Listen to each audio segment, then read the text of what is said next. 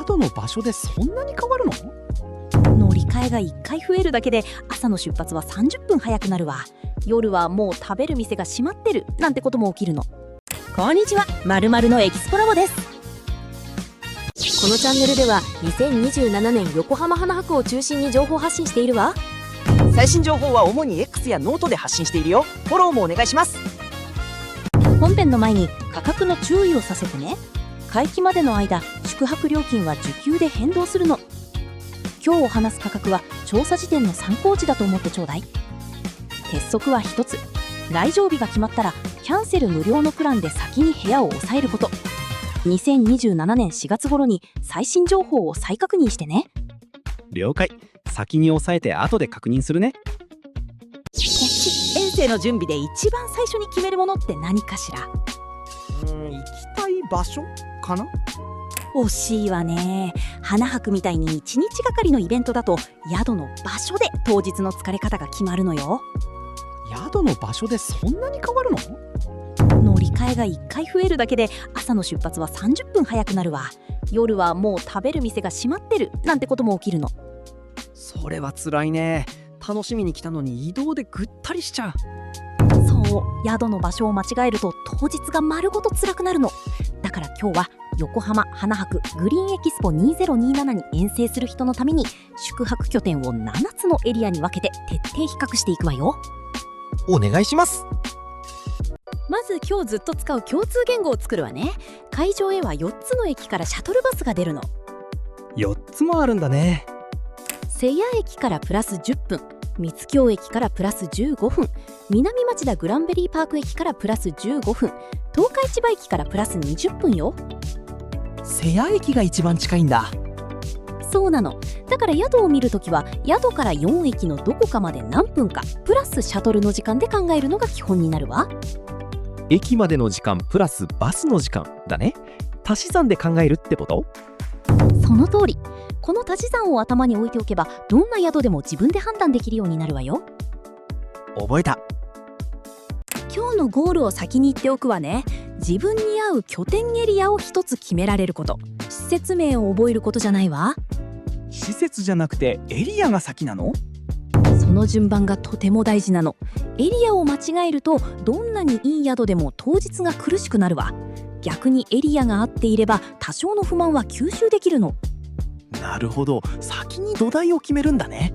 そういうこと。それとね、今日紹介する7つの拠点のうちアクセスは最強なのにある弱点を抱えている拠点があるの。気になる。どこなの？それは最後に取っておくわよ。全体を見てからの方がその弱点の意味がちゃんとわかるからね。わかった。最後まで見るよ。拠点選びは誰とどう行くかで正解が変わるの。だから大きく4タイプに分けたわ。どんなタイプがあるの？1つ目は家族連れ、ベビーカーや子供の体力が最優先ね。2つ目はソロ推し活勢、朝一で動きたいタイプよ。3つ目は？観光併用派、花博だけじゃなく鎌倉や箱根も回りたい人ね。そして4つ目がコスパ最優先のグループや学生さん。僕は4つ目かも。お財布が軽いから。正直でいいわね。自分がどのタイプかを頭に置いてこの先を聞いてちょうだい。自分の答えだけ拾えばいいんだね。比較する軸は7つあるわ。1、会場までの実質所要時間。実質ってどういう意味なの？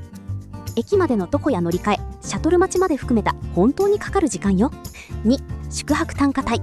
3、朝の出撃しやすさ。出撃戦いに行くみたいだね。会場前に並べるかどうかは本当に大きいのよ。続けるわね。4、観光併用力。5、繁忙期の取りやすさ。6、子連れバリアフリー対応力。7、荷物の身軽さ。荷物も軸になるんだ。大きな荷物を持って会場を歩くのは想像以上に体力を削るの。だから独立した軸にしたわ。7つしっかり見ていこうね。では拠点1、横浜駅みなとみらいクラスター。対象は11施設、参考が2施設あるわ。一番有名なエリアだね。特徴は価格の幅がとても広いこと。1万円前後のバジェット系から1万円台の中堅ビジネス、2万円台後半以上のラグジュアリーまで揃っているわ。予算に合わせて選べるんだね。ええ、ただし土休日は平日よりかなり上がる傾向があるし、金額は時期や予約のタイミングで大きく変わるから、必ず自分の日程で確認してちょうだいね。新しいホテルもできるって聞いたよ。2026年4月にヒルトンガーデンイン横浜みなとみらいが全228室で開業済み。同じ月にオモセブン横浜バイ星野リゾートも開業しているわ。旧市庁舎をリノベーションした宿ね。会期に間に合うのはどれなの？ザ・マリタイムホテル横浜ベイが2027年1月末開業予定。コンラッド横浜が2027年5月開業予定で、馬車道から徒歩2分。フォーシーズンズホテル横浜歌唱ね、こちらは2028年9月開業予定だから、花博の会期の後になるわ。あ、それは間に合わないんだ。そうなの。それから横浜ロイヤルパークホテルは改修のため会期中は休業中よ。夜ご飯はどう？横浜駅の周辺は深夜まで充実しているわ。みなとみらい、桜木町側は商業施設内のお店が21時から23時に閉まるところが多いから、遅い時間の夕食はお店の閉店時間を確認しておくと安心ね。混みやすい日はあるの？パシフィコ横浜などで大型イベントがある日は混みやすい傾向があるわ。続いて拠点に新横浜クラスター7施設と3郊外1施設。新幹線で来る人向けだね。その通り。全体としてエコノミーから中価格帯が中心で、1の横浜みなとみらいと比べると低めから中程度に収まりやすいわ。へえ、意外だな。そこでね、一度立ち止まりたいの。土地、近さと価格って比例しないのよ。会場に近いほど高いんじゃないの？逆のこともあるわ。会場に近い沿線の方がリーズナブルで、遠い観光地の方が高いなんてことも起きるの。だから高いほど便利という思い込みは一旦捨ててちょうだい。目が覚めた気分だよ。新横浜で覚えておきたいのは、ホテルアソシア新横浜が2026年7月からリブランドで休館中ということ。2026年12月にコートヤードバイマリオット新横浜駅として再開業予定よ。名前が変わるんだね。予約サイトで探しても出てこないのか。そういうことね。あと日産スタジアムや横浜アリーナでイベントがある日は混みやすい傾向があるから注意よ。食事はキュービックプラザ中心に23時頃まで営業するお店があるわ。遅い到着でも助かるね。拠点3、相鉄沿線直結クラスター6施設。相鉄って会場のそばを走ってる線だっけ？そう、瀬谷駅も三津京駅も相鉄線よ。つまりここは7つの拠点の中で会場に最も近い拠点なの。会場アクセス最優先派の答えだね。そうなるわ。価格も全体的にリーズナブルなところが中心よ。ただ顔ぶれには個性があってね。どんな個性なの？高揚館は共同大浴場のある和風旅館。ホテルティアラブルーンはレジャーホテル系でファミリー利用はできないわ。家族連れだと選択肢が絞られちゃうんだ。そこは要注意ね。それから西谷駅の周辺には宿泊施設がないの。夜ご飯は大丈夫なの？大和駅の周辺は遅くまで営業するお店があるけれど、三津京駅の周辺は22時以降の選択肢が限られるわ。到着が遅い日は駅で何か買っていくくらいの心構えでね。メモした。拠点4、田園都市線横浜線沿線クラスター10施設。コスパ狙いのエリアかな。いいかんね。ビジネスホテル中心でリーズナブルよ。相模大野などのシティホテル系はやや高めになるわ。南町田ってシャトルの駅だよね。よく覚えていたわね。南町田グランベリーパーク駅はプラス15分でシャトル。しかも商業施設直結で買い物も食事も便利なの。ただし施設内のレストランは21時台後半に閉まるお店が多いわ。遅い到着だと厳しいのかな？その場合は町田駅の周辺が心強いわね。深夜まで営業するお店が複数あるわ。海老名駅は21時から23時台まで。相模大野や青葉台の駅ビルの飲食店は22時までが標準ね。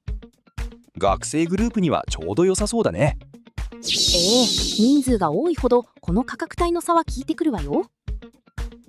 拠点5、湘南鎌倉横須賀クラスター7施設。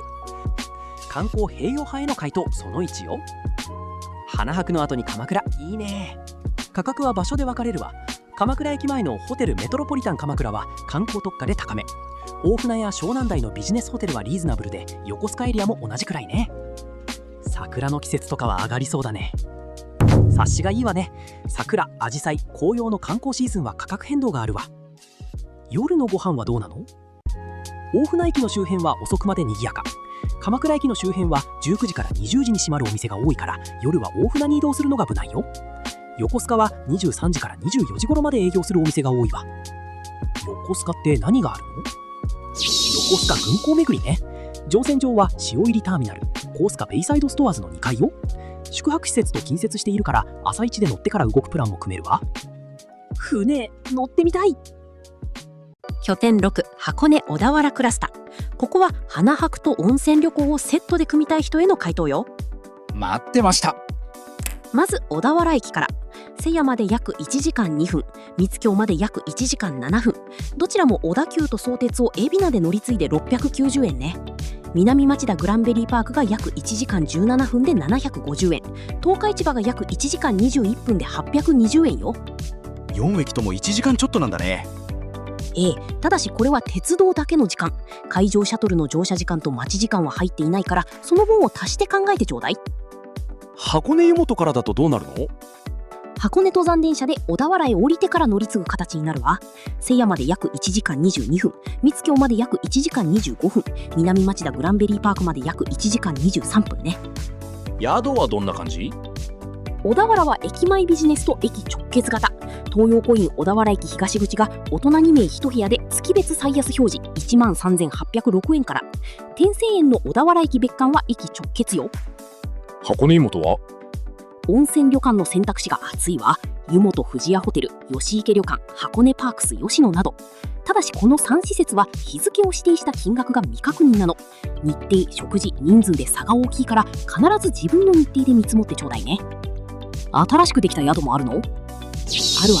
2026年7月17日に箱根湯本駅から徒歩1分のところへ箱根コーリングが開業しているの。さらに2026年12月15日には小涌谷駅の近くにホテルザ三井箱根が開業予定よ。どっちも花博には間に合うの？計算上は間に合うわ。ただし開業予定日は変わることがあるから、予約前に必ず公式の最新情報を確認してちょうだいね。で、どんな人向けなの？花博を毎日朝から回る人ではなく、1日から2日花博に行って、あとは箱根温泉と小田原観光を組む人向け。だからここも宿泊日と来場日を分けるプランが現実的よ。温泉とセットなら強いんだね。拠点7、TDR クラスター8施設。ディズニーと連泊する組への回答よ。ディズニーから離れ泊に行けるの？行けるわ。横浜駅の YCAT6 番乗り場から TDR への直行高速バスが出ているの。京浜急行バスと京成バスの共同運行で、片道は大人1500円、小児750円。所要は50分から60分ね。予約はいるの？予約不可の先着順よ。始発は6時15分頃、最終は22時40分頃。だから並ぶ前提で余裕を持ってね。宿の値段はどうなの？平日棟と休日の差が大きいのが特徴ね。ディズニー直営のミラコスタやランドホテルは高め、グランド日光、シェラトン、ヒルトンといったオフィシャルホテル系が中間で、ドリームゲート舞浜やメッツプレミア新木場のような駅直結系は比較的手頃よ。取りにくい時期はある？春休み、ゴールデンウィーク、夏休み、ハロウィン、年末年始は特に取りにくいわ。荷物はどうするの？会場に持っていけないよね。そこが強みなの。直営とオフィシャルホテルならウェルカムセンターでチェックイン前でも荷物を預けたり配送したりできるわ。だからここも宿泊日と来場日を分けるプランが組みやすいのよ。手ぶらで会場に行けるんだ。さあ、最初の伏線を回収するわよ。アクセス最強なのに弱点を抱えている拠点。どこだったの？拠点3、相鉄沿線直結クラスだよ。会場に一番近いところだよね。そう、実質所要時間では文句なしの1位。でもね、施設数がわずか6施設しかないの。選べる宿の絶対数がそもそも少ないんだ。そこが弱点。しかもさっき話したようにファミリー利用ができない施設もあるし、西谷駅の周辺には宿がない。条件を絞ると候補はもっと減るわ。近さだけで決めると行き止まりになるかもしれないんだね。だから第2候補まで用意しておくのが賢いのよ。3が難しければ2の新横浜や4の沿線に切り替える。この2段構えね。なるほど、めっちゃ実用的。ここで7拠点を軸横断で並べてみるわね。表で見ると分かりやすいね。実質所要時間が短い順なら3の相鉄沿線が先頭、次に4の沿線と1の横浜みなとみらい、2の新横浜が続いて5の湘南方面、6の箱根方面と7の TDR は離れるわ。宿泊単価帯はどうなるの？リーズナブルよりが3と4、中心が2、幅がとても広いのが1、観光地価格が混ざるのが5、7は平日と土休日の差が大きいわ。6は小田原の駅前が1万円台前半から、箱根湯本は宿ごとの差が大きくて日付を指定しないと出せないの。観光併用力は逆になりそうだね。その通り。1、5、6、7が強くて、3は観光より海上一直線タイプ。朝の出撃しやすさなら3と4、子連れバリアフリーで見るなら駅直結や商業施設直結が多い1、4、7が動きやすいわ。荷物の身軽さは？預かりや配送の仕組みが整っている7、駅直結の多い1と4が楽ね。全部で満点の拠点はなさそうだね。ないの。だから7つの軸に優先順位をつけるのが選び方のコツよ。完璧な宿を探すんじゃなくて、諦める軸を決めるんだね。タイプ別にまとめるわよ。家族連れは1の横浜駅みなとみらい、または4の沿線、駅直結や商業施設直結を優先してね。ソロ推し活勢は？朝一で動きたいなら3の相鉄沿線が第一候補、難しければ2の新横浜ね。観光併用派は？ 5の湘南鎌倉横須賀、または6の箱根方面。ただし6は宿泊日と来場日を分けてちょうだい。コスパ最優先とグループ学生は？ 4の田園都市線横浜線沿線が本命ね。3も価格は控えめだけれど、施設数が6施設だから候補が限られる前提で探すことになるわ。ディズニー組は7だね。そう、7の TDR クラスター。高速バスは先着順だということを頭に入れておいてね。自分のタイプ決まってきたよ。せっかくだから代表的な施設例を少しだけ見せるわね。今日は1と3から。全部で何施設あるんだっけ？